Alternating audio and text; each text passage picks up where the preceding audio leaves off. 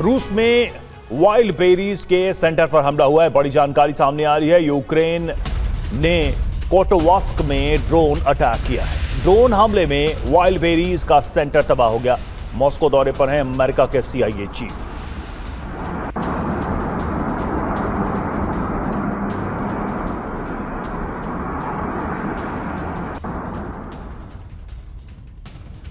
और यूक्रेन युद्ध का विस्तार करीब है और युद्ध विस्तार का पहला केंद्र ब्रिटेन बन सकता है। ये डर या कयास बेवजह नहीं है। इसके केंद्र में ब्रिटिश PM एंडी बर्नम की वो शपथ है जिससे रूसी राष्ट्रपति आग बबूला है। दरअसल 24 घंटे पहले यूक्रेन ने अपना 35वां स्वतंत्रता दिवस मनाया था। इस मौके पर ब्रिटिश प्रधानमंत्री कीव में थे, जहां उनके दौरे और ज़ेलेंस्की के बीच एक डील साइन हुई, जिसके बाद पुतिन ने अपने न्यूक्लियर टॉर्पीडो से लैस पनडुब्बी को समंदर में उतार दिया। क्या है यह डील जिससे पुतिन इतना भड़के हुए हैं और क्या यूरोप में एटमी तबाही करीब है? हर सवाल का जवाब इस रिपोर्ट में। और खबरोवस्क पनडुब्बी को पहली बार समंदर में परीक्षण के लिए उतारा गया। रूस की ये नई पनडुब्बी अपने साथ 6 पोसाइडन न्यूक्लियर टॉर्पीडो ले जाने में सक्षम है।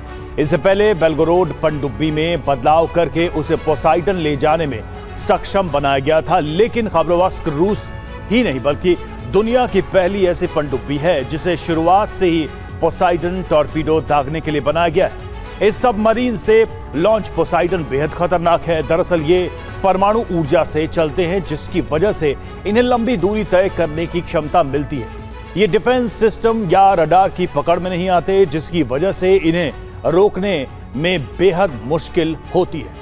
इसकी वजह पोसाइडन की अद्भुत क्षमता है। दरअसल रूस का पोसाइडन लगभग 1000 मीटर की गहराई में 100 किलोमीटर प्रति घंटे की रफ्तार से आगे बढ़ता है। इतनी गहराई पर किसी देश का मौजूदा टॉर्पीडो इसका पीछा नहीं कर सकता। इसके अलावा इसे ट्रेस करना भी बेहद मुश्किल है, क्योंकि समंदर की गहराई में टॉर्पीडो को पकड़ने में सक्षम रडार 300 से 500 मीटर की गहराई तक ही काम करते हैं। सिर्फ इतना ही नहीं, पोसाइडन समंदर के तल के करीब धीमी और बेहद शांत गति में हफ्तों तक सफर कर सकता है, जो इसे और भी घातक बनाता है। इसके अलावा ये AI की मदद से रास्ते में आने वाले सोनार नेटवर्क से बचते हुए अपने लक्ष्य तक पहुंचने में माहिर है।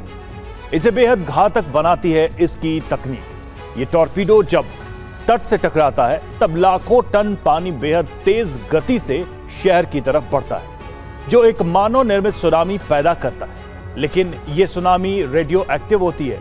सुनामी का पानी सूखने के बाद भी तबाही खत्म नहीं होती, क्योंकि इसके बाद भी शहर में रेडियो एक्टिव कण मौजूद रहते हैं। रेडियो एक्टिव कण कंक्रीट की इमारतों, जमीन और मिट्टी के अंदर तक समा जाते हैं, जिससे इसका असर खत्म करना बेहद मुश्किल हो जाता है।